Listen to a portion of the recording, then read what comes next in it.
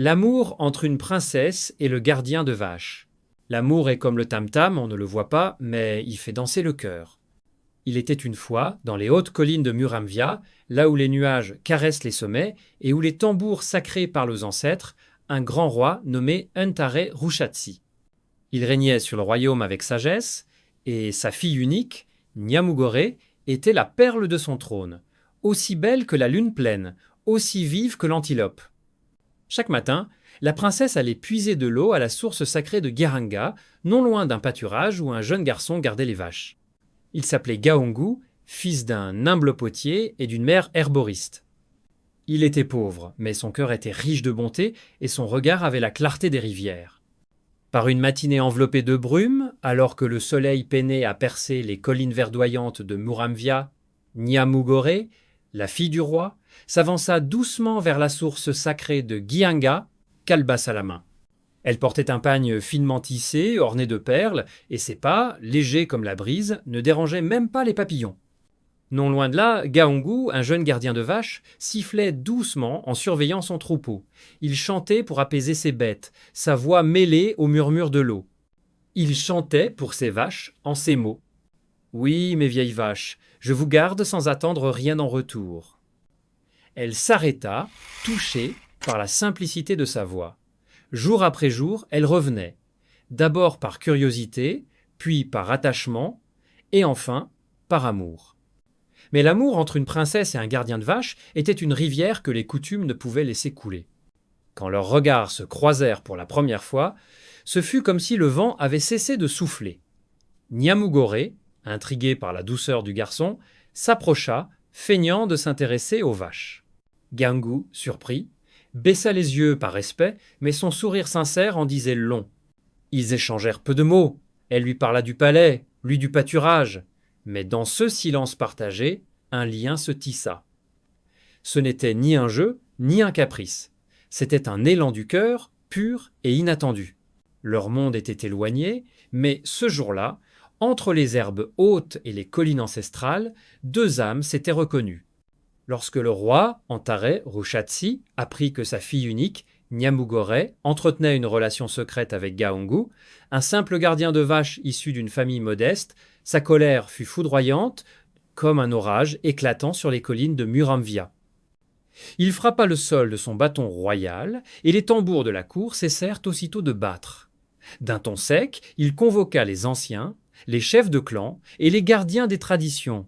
Sa voix tenait dans le palais. « Ma fille veut déshonorer la lignée royale en s'alliant à un va nu-pieds. Que les dieux en soient témoins, cela ne se fera pas sous mon règne. » Les courtisans se turent, les serviteurs marchaient sur la pointe des pieds, les tambourinaires refusèrent même de jouer, par peur d'aggraver la fureur du roi. Nyamugore, la princesse, d'ordinaire douce et obéissante, osa pour la première fois lever la tête devant son père. Elle ne cria pas, elle ne pleura pas. Mais elle parla avec une force calme qui glaça l'assemblée. « Père, je ne choisis pas l'amour comme on choisit un bijou. Le cœur ne connaît ni titre, ni rang. Mon bonheur ne vous déshonore pas, il vous élève. » Ces mots furent une gifle invisible. Le roi, blessé dans sa fierté, ordonna qu'elle soit enfermée dans la case des ancêtres, un lieu sacré réservé au deuil et à la méditation. Dès lors, le palais perdit son éclat. Les danses cessèrent, les repas royaux furent suspendus, les affaires du royaume restèrent en suspens. Un lourd silence s'installa sur Muramvia. Le peuple murmurait « Quand le cœur du roi est troublé, même les arbres cessent de bourgeonner. » Le royaume attendait qu'un mot de sagesse vienne apaiser la tempête. Gaongu fut emprisonné. Nyamugore pleura des jours et des nuits. Mais les anciens disaient « Le destin, même enfermé dans une calebasse, finit par se renverser. » Une nuit, la vieille Mugenzi, guérisseuse du village et amie de la mère de Gaongu, alla voir le roi. Elle portait une corne de bœuf remplie de lait, une branche de Humuviro, l'arbre de la sagesse, et un chant sur les lèvres. Celui qui aime sincèrement, même sans richesse, est plus noble qu'un roi sans cœur. Elle rappela au roi une prophétie ancienne, transmise par les tambours. La princesse aux yeux d'argile n'épousera pas un guerrier, mais celui qui sait écouter le silence de la terre. Devant le peuple réuni, le roi céda. Il convoqua Gaongu au palais et lui demanda de lui prouver sa valeur non par l'or, mais par la sagesse et l'honnêteté.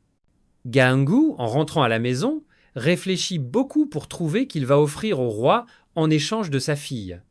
Mais il ne perdit ni courage ni dignité. Il se rendit dans les vallées profondes de Rumonge, où les éleveurs légendaires disaient qu'une vache blanche rare, appelée Djitare, l'or vivant, errait libre. Malgré les dangers de la forêt et les bêtes sauvages, Gaungu traqua l'animal pendant des lunes, sans armes, seulement avec du sel et des chants murmurés. Par sa patience et sa douceur, il gagna la confiance de la vache, symbole de pureté et de bénédiction. Il la ramena à Muramvya, accompagné de témoins et d'anciens qui avaient vu son exploit.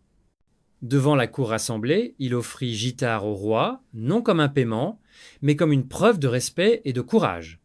Il dit simplement « Je n'ai ni palais, ni nom célèbre, mais j'ai un cœur loyal et 2 mains prêtes à servir. Même les tambours, ce jour-là, approuvèrent. » Le mariage de Nyamugore et Gaungu fut célébré au rythme des tambours sacrés après de longues lunes d'attente et de silence. Le roi Ntare, apaisé par la sagesse des anciens et touché par la loyauté du jeune homme, bénit l'union devant tout le royaume. Les collines de Muramvya résonnèrent de chants, de danses et de rires pendant 7 jours et 7 nuits. Là où l'amour est vrai, même la terre durcie donne des fruits, disaient les anciens. Après le mariage, Gaungu ne resta pas simple gardien. Grâce à sa détermination et à la confiance que le peuple lui accordait, il devint conseiller royal, puis chef des troupeaux royaux, gérant les plus vastes pâturages du royaume. Il développa le commerce du bétail, bâtit des greniers communautaires et soutint les pauvres, se souvenant toujours de ses origines. Les années passèrent. Le roi Ntare Rushatsi, devenu vieux et fatigué, appela un soir Gaungu à son chevet, entouré des anciens. « Tu n'es pas mon fils par le sang, mais tu l'es par la droiture du cœur. Tu es digne de porter la couronne. » Et ainsi, le gardien de vaches devint roi. Le roi Gaungu wa Muramvya, le roi paysan, aimé du peuple et chanté par les griots. Nyamugore régna à ses côtés fidèle et sage. Leur union fut la preuve vivante que l'amour humble peut renverser les murs les plus anciens. Sous leur règne, la paix régna, les greniers furent pleins, les jeunes écoutaient les vieux, et les tambours ne cessèrent de résonner au palais royal de Muramvya. Sous le règne de Gahongu wa Muramvya, le Burundi devient un royaume respectué dans toute la région des Grands Lacs.